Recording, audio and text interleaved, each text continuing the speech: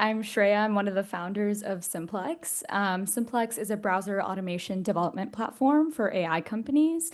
So you probably have seen Operator, Claude Computer Use. There's a lot of computer use agents out there. A lot of our customers kind of use us on legacy portals to do really repeatable flows where there's no API. So today I'll just walk through what our platform looks like. We have both an API SDK as well as a UI dashboard. So we'll just walk through building an automation to automate just like a flow, a form on the web. So what I have here is just our dashboard, and our fundamental thing is called a workflow. This is essentially just a task and is composed of a bunch of agents. So we'll just create some agents here. And I've pre-filled some of this so it doesn't take too long. But agents are composed of a few things. So we have a natural language prompt, which is the goal for the agent to complete. I've left it pretty high level here, so you can use it across workflows, across portals, things like that. And then in order to complete the task, they have access to a bunch of tools.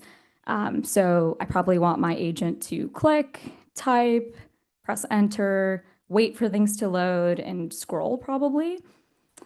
A big part of our job is context engineering. So when you want a flow to run reliably, especially for long tasks, you want to make sure the context doesn't get bloated and the agent gets stuck. So part of that is guardrailing what the agent can actually do, and we do that through tool use. And we have some other things that I can show as well. Great. So now let's run this agent. So I can just add this to our workflow here. I'll actually first log in. So I've built an agent to log in, and we can take a look at this too. This is, again, a pretty high-level prompt that you can use for a bunch of different portals that takes in some credentials. And then I've also set up 2FA already, so we don't spend too much time doing that. And then we'll run our form-filling agent that we just built, and we've automatically detected our variables here. So that's just a JSON object with our form information, username, and password. So I'll just go ahead and run this with some sample data, and let's see what it does.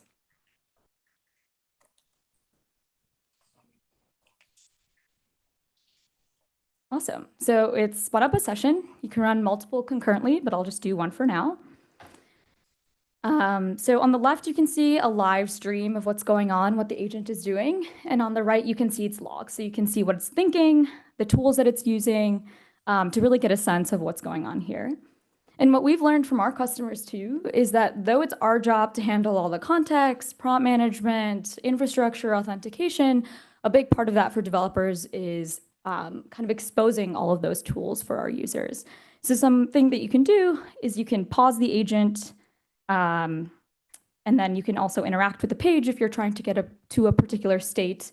And then also we have something called clickable elements. If you've used browser agents before, you know that they don't work on all websites sometimes. And that's because really old pages like NetSuite era pages just don't have, they have like weird Angular, nested iframes, stuff like that. So we've kind of built our own parser to handle all of those things. But if we do have an edge case that we haven't covered yet, you can see what the agent is seeing under the hood and add some custom selectors. And I've been talking a lot, and the agent is taking a while to finish the flow, and that's because reasoning takes some time. But if you want things to run with low latency and also run deterministically in prod, there's a way that we can do that too. So right now I'm running what's called an uncached workflow.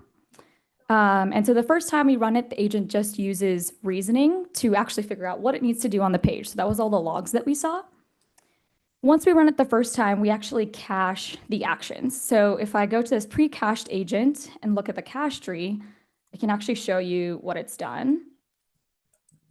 So these are all those sub-tasks and sub-tools that we saw. So we're actually storing the expats of the username, the password, and then storing what the text that it typed into the fields agnostic to the variables. So we can just run that again, but this time cached. And I can change some of the variables too and see what happens. I think the other flow might still be running. So it does take a little bit of time.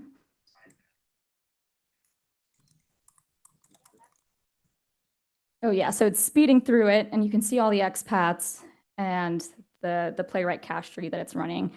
I think it actually finished before we connected to the session itself, so I'll give it a second to complete, and we can compare the time differences. Yeah, so I think this one's probably going to take about like 2.5 minutes or so, and this one takes about 15 seconds. So we found caching, exposing the context, and all those things to really help with reliability. This is just a quick Simplex in a nutshell. We've got some more features, so be sure to check out our docs. And you can also create an account for free and use the platform at simplex.sh. Check us out. That was perfect timing. Yeah, round of applause.